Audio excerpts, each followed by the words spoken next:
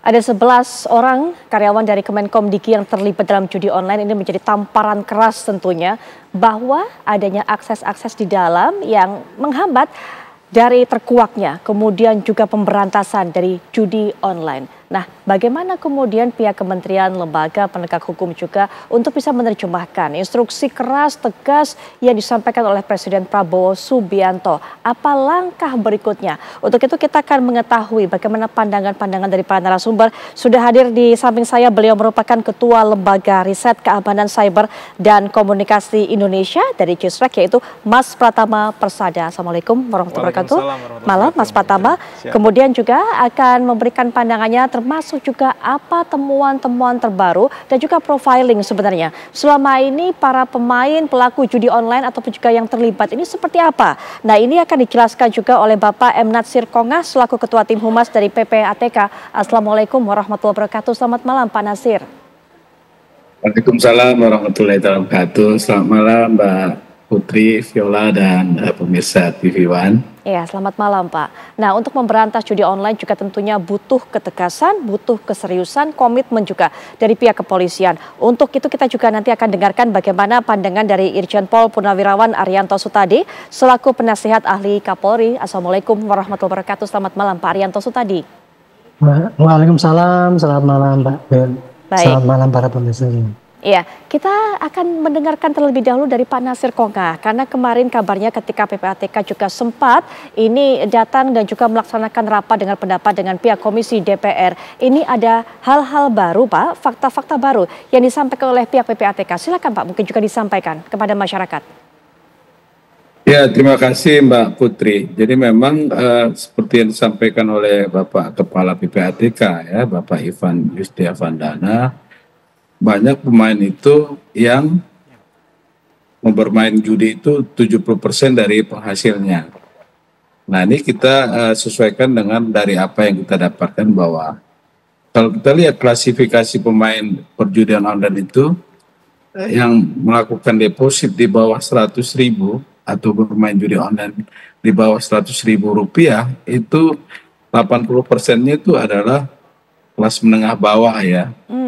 Nah, mereka rata-rata masyarakat kita yang berpenghasilan rendah seperti ibu rumah tangga, ada pelajar, mahasiswa, buruh, petani, pegawai swasta, dan lain-lain. Jadi kalau kita lihat total deposit masyarakat di tahun lalu saja ya, itu lebih dari 34 triliun, Mbak Putri.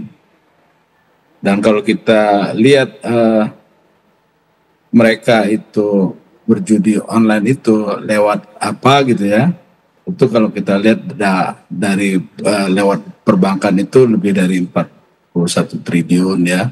Itu dilihat dari triwulan pertama sampai yang ketiga tahun 2024 ini. Menggunakan e-wallet itu lebih dari 2 triliun. Lalu kemudian bagaimana dari sisi jenis kelamin? Ini ibu-ibu rumah tangga juga banyak ya, perempuan ya, itu ada 583.000 pemain, dan prianya memang jauh lebih besar, 3,2 juta. Yang menarik dari itu juga Mbak Putri, anak-anak di bawah usia 11 tahun itu juga luar biasa jumlahnya, ada 1.160 ya yang terlibat dengan judi online. Yang terbesar tuh ada di usia 20 sampai 30 tahun dengan jumlah pemainnya 2 juta lebih. Lalu ada yang 31 sampai 40 tahun itu 1 juta lebih. Bahkan yang sudah berumur 70 tahun juga banyak tuh, 13.290 pemain judi online-nya. Nah, dari situ juga kita sisir lagi ya, profesi-profesi para pemain judi online itu apa saja sih sebenarnya ya? Dari mana saja mereka ya? Karyawan swasta itu kita lihat ada 1,9 juta lebih ya, ada pengusaha juga 644.000, pedagang, pelajar, mahasiswa, ibu rumah tangga itu ada 102.526 ya, 102.526 yang terlibat dari judi online. Juga ada yang dari TNI Polri juga nih Pak Arianto Sutadi. Data itu kita lihat di sini ada 97.000 ya, pegawai negeri 54.000, pegawai BUMN. Jadi hampir semua lini nih Mbak Putri terlibat dari judi online. Semua lapisan masyarakat ya Pak, bahkan rentang umurnya juga tadi. Masyarakat ada. Ya, rentang umurnya juga dari yang masih kecil sampai yang cukup tua. Iya, juga itu ya, yang tadi di bawah 100.000 tuh bermain judi online itu ada 80% dari total seluruh pemain judi online yang kita lihat. Dari daerah tuh di Jawa Barat tuh paling banyak itu. Dan yang paling kecil kita lihat ada di Kalimantan Utara ya, mungkin karena jaringan internet di daerah ini kurang begitu optimal, mungkin seperti itu ya. Baik, Pak Nasir ini kan gitu, Mbak Putri. Betul, Pak Nasir ini kan sudah ketahuan tadi nilai-nilainya sampai triliunan, ini kemudian ditransfer oleh mereka para pemain judi online ke rekening di perbankan begitu. Nah, dari data-data ini Pak, bagaimana kemudian untuk bisa membuat para perbankan juga mungkin ada tindak lanjutnya, entah itu blokir ataupun upaya-upaya lainnya Pak? Ya, kalau untuk blokir ya kita sudah banyak ya yang dihentikan sementara terkait judi online. Teman-teman di OJK juga sudah melakukan kerjasama, melakukan fungsinya dengan optimal. Termasuk juga pihak pelapor ya, seperti perbankan, perusahaan-perusahaan yang bergerak di e-wallet, segala macam itu juga cukup bekerja sama ya, menyampaikan laporan-laporan terkait transaksi tadi kepada PPATK. Jadi hasil analisis, dari laporan transaksi keuangan yang disampaikan kepada PPATK, PPATK analisis, lalu kita serahkan kepada teman-teman penyidik. Seperti itu Mbak Putri Viola. Baik, nah Pak Arianto, datanya sudah ada dan kita juga tahu bahwa siapa kemudian para pemainnya ini sudah semua lapisan masyarakat ikut bermain. Bahkan nilai uang yang dikeluarkan juga mulai dari kecil sampai besar, usianya juga seperti itu. Bahkan juga tadi dikatakan oleh Pak Nasir dari data yang ada, Oknum TNI Polri juga ikut bermain di sana. Nah, bagaimana kemudian dari data-data itu bisa dimanfaatkan, diolah menjadi panduan juga untuk bisa memberi ketegasan kepada pihak kepolisian untuk bisa menegakkan aturan memerangi ini semua? Pak Arianto. Ya memang ini ya, ini risiko daripada polisi itu ya. Selalu kalau ada kejahatan yang meningkat dan merajalela itu pasti kemudian pandangannya kepada polisi gitu. Dan itu memang sudah konsekuensi karena sesuai dengan tugas pokok polisi adalah menjaga Kamtipmas. Nah khusus untuk judi ini ya, anatomi dari tadi sudah disampaikan oleh Pak Nasir itu mengenai profiling ya, itu siapa pelakunya dan sebagainya yang terlibat berapa gitu. Tapi saya ingin menyampaikan sini anatomi kasus kejahatan perjudian ini. Perjudian online ini adalah sangat berbeda dengan perjudian konvensional ya. Kalau perjudian konvensional itu jumlahnya bisa dihitung lah dengan itu ya, karena mudah karena berkembangnya dan terjadinya itu sangat gampang sekali dicek dan kemudian gampang sekali ditindak apabila ketangkep tangan gitu.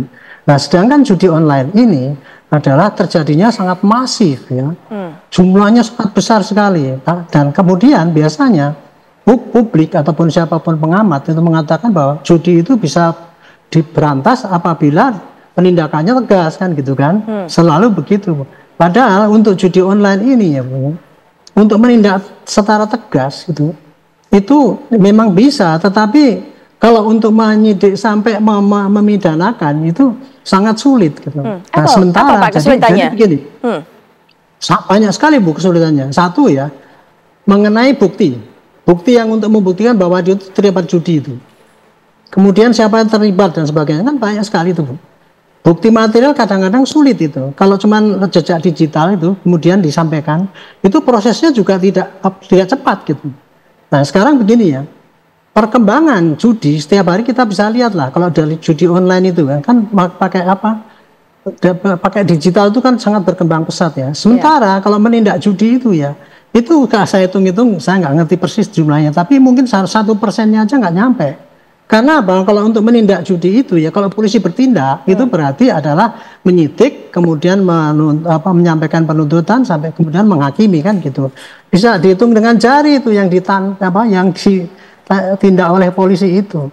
Sementara judi ini sebetulnya bisa banyak berkembang justru karena pencegahannya yang gagal. Nah, untuk memberantas judi itu harus seimbang antara membina masyarakat supaya sadar tidak ikut judi, ya, yang kemudian membina para yang lain-lain itu supaya ikut membantu mencegahlah anaknya jangan sampai berjudi, yang kemudian mencegah jangan sampai perjudian itu terjadi.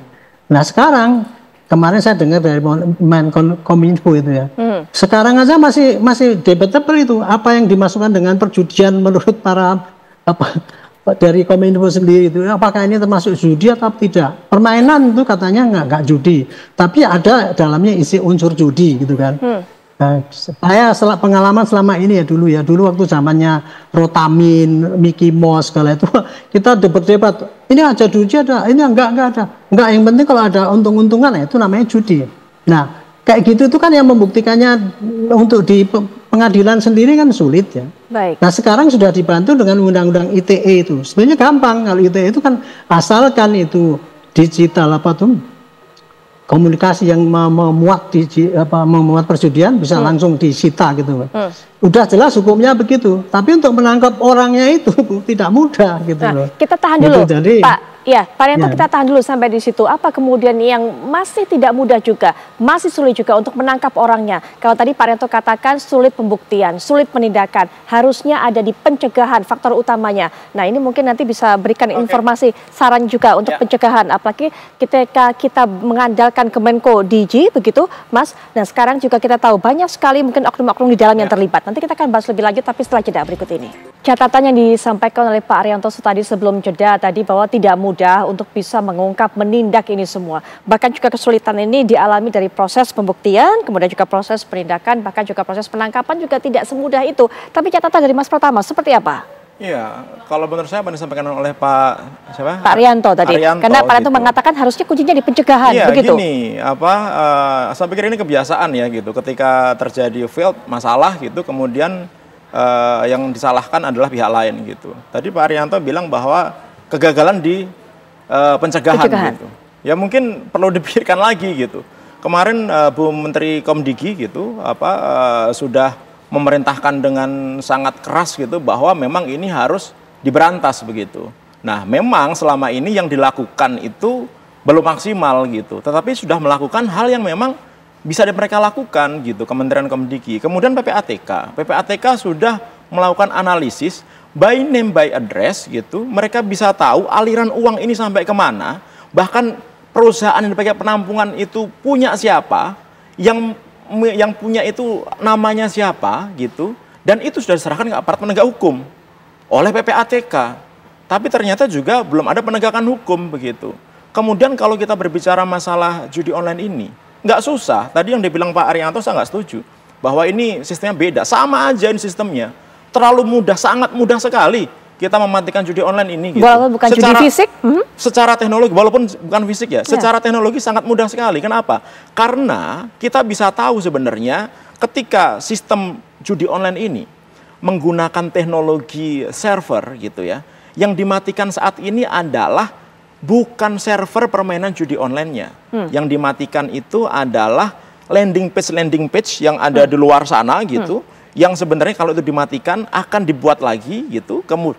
Kemudian akan digunakan orang lagi untuk main judi, untuk masuk ke dalam servernya. Mas Pratama, apa kesulitan mematikan server utamanya tadi itu? Inilah yang menurut saya karena memang saya nggak tahu ya, apakah karena ketidaktahuan ataukah memang sengaja tidak dimatikan gitu. Karena kalau kita pakai logika berpikir, contohnya gampang gini lah. Ini ada pertandingan bola di stadion GBK nih gitu. Kemudian disiarkan secara live, ya kan. Nah, untuk mematikan pertandingan bola ini, yang dilakukan itu adalah matikan TV-TV di rumah masyarakat gitu supaya mereka nggak nonton bola. Karena mereka nggak bayar gitu, karena mungkin ini berbayar, kemudian TV-nya itu dimatikan. Apakah ketika TV-nya dimatikan bolanya berhenti? Tidak. Enggak. Masih gitu. ada pertandingan bolanya. Yang dimatikan itu adalah pertandingan bolanya, matikan listriknya di GBK, stop permainannya, sehingga orang punya TV banyak, dia nggak akan bisa nonton bola. Nah, itu yang sebenarnya bisa dilakukan. Yang kedua, masalah uang. Ini kan kalau kita ngomong judi online, pasti ada hubungannya dengan uang. Tadi Pak Arianto bilang bahwa Komdigi nggak bisa membedakan antara judi dan game. Enggak. Yang membedakan itu sudah sangat jelas sekali. Selama orang deposit, kemudian pakai duit, kemudian kemenangannya di withdraw pakai duit, udah pasti itu judi online gitu. Jadi sudah ketahuan ini mana game-game yang memang game biasa sama game yang dipakai untuk judi online gitu. Baik. Dan ketika uang itu yang beredar, kemudian ditransfer karena deposit ke bank, bank itu juga sebenarnya tahu bahwa rekening tersebut digunakan untuk judi online. Kenapa? Karena patternnya jelas. Baik. Ada transfernya kecil-kecil, kemudian jumlahnya banyak, 24 jam nggak berhenti-berhenti gitu. Nah, sudah tahu kayak gitu, harusnya kan di stop, dihentikan. Yeah. Kalau perlu disita nih rekening gitu. Tapi ternyata tidak. Ternyata enggak, masih jalan. Dan Saya sampai hentikan. saat ini juga orang masih bisa main judi online Baik, gitu. saya tahan dulu sampai di situ Mas Pratama. Ya. Nanti kita lanjutkan di segmen berikutnya. Pak Arianto, silakan diberikan pandangan. Nanti juga mungkin Pak Nasir Kongah. Nanti kita akan bahas lagi setelah jeda berikut ini. Kita ada di segmen terakhir dari perbincangan ini dan mohon maaf kepada para narasumber karena waktunya sangat terbatas. Saya berikan kesempatan dulu kepada Pak Arianto tadi, silakan ditanggapi yang Mas Pratama katakan bahwa mudah saja sebenarnya, hanya butuh keseriusan dan juga niat. Bahkan juga PPATK sudah menyampaikan ke pihak aparat penegak hukum nama dan semuanya data-data yang kemudian tidak ada tindakan apapun. Silakan Pak Arianto. Baik, terima kasih. Nomor satu ya, saya tidak menyangkal ya bahwa itu kita itu biasa menangkal karena kegagalan petugas hukum nggak bisa bertindak sehingga menyalahkan orang lain. Sama sekali tidak, Pak Pratama ya. Saya hanya menjelaskan bahwa untuk judi online ini kalau ditumpukan kepada penangkapan tersangka dan kinerja polisi untuk memenjarakan orang ini tidak efektif. Karena apa? Karena perkembangannya sangat masif. Nah, tadi kalau Bapak katakan sangat mudah di take down dan selesai, ya itulah cara terbaik, Pak. Jadi menindak judi online ini, di samping penegakan hukumnya itu harus memang tegas dan semua orang yang terlibat, tetapi yang sarana inilah yang di stop. Sekarang berapa ribu yang tumbuh, hari itu juga di take down. Itu mudah. Jadi tapi polisi tidak punya kewenangan untuk itu. Gitu. Saya hanya bisa beri kesempatan. Ya, saya hanya bisa beri kesempatan Pak Arianto cukup singkat karena memang waktunya sangat terbatas. Mohon maaf Pak Arianto. Terakhir juga Pak Nasir Kongah, silakan penutup singkat. Ya, kalau kita lihat dengan keberadaan Satgas ini sangat cukup efektif ya.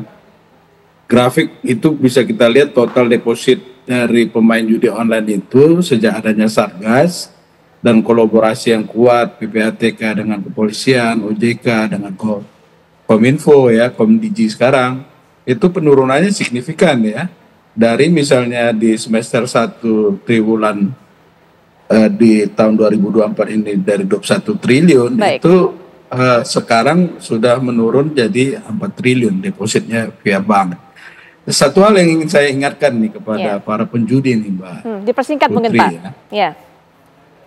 Kamu itu bukan setetes air di lautan ya, pemain judi. Kamu adalah seluruh lautan ya di dalam setetes air. Itu maksudnya apa? Potensi dan keagungan dari kita itu jauh lebih besar daripada apapun yang bisa diberikan oleh perjudian. Jangan terjebak di dalam janji palsu judi online. Ingatlah bahwa kebahagiaan dan kepuasan sejati itu berasal dari dalam diri kita. Baik, Pak Nasir. Bukan dari keberuntungan semu. Begitu Mbak Putri. Pak Nasir, Pak Arianto, Mas Pratama, mohon maaf sekali pada tadi Mas Pratama sudah sedikit aja singkat gitu. Saja, Mas, singkat Jadi saja. sebenarnya kita udah tahu nih cara mematikan teknologi judi online ini. Secara teknologi ya, kita udah tahu caranya. Cara untuk menghentikan uangnya kita udah tahu. Kemudian cara kita bisa tahu siapa pemain di belakang, kita udah tahu gitu. Nah, ini tiga-tiganya kita sudah tahu semuanya. Tinggal bagaimana sekarang niatnya benar gitu untuk memberantas, untuk melakukan ini sehingga judi ini benar-benar di stop. Baik, Mas. Sudah tahu caranya. Tinggal sekarang niat apa enggak. Betul sekali. Nanti kita akan semoga ada waktu lagi di episode berikutnya. Apakah Indonesia Malam akan membahas mengenai hal ini. Mas Pratama terima kasih, Pak Nasir Kongah terima kasih, Pak Arianto terima kasih.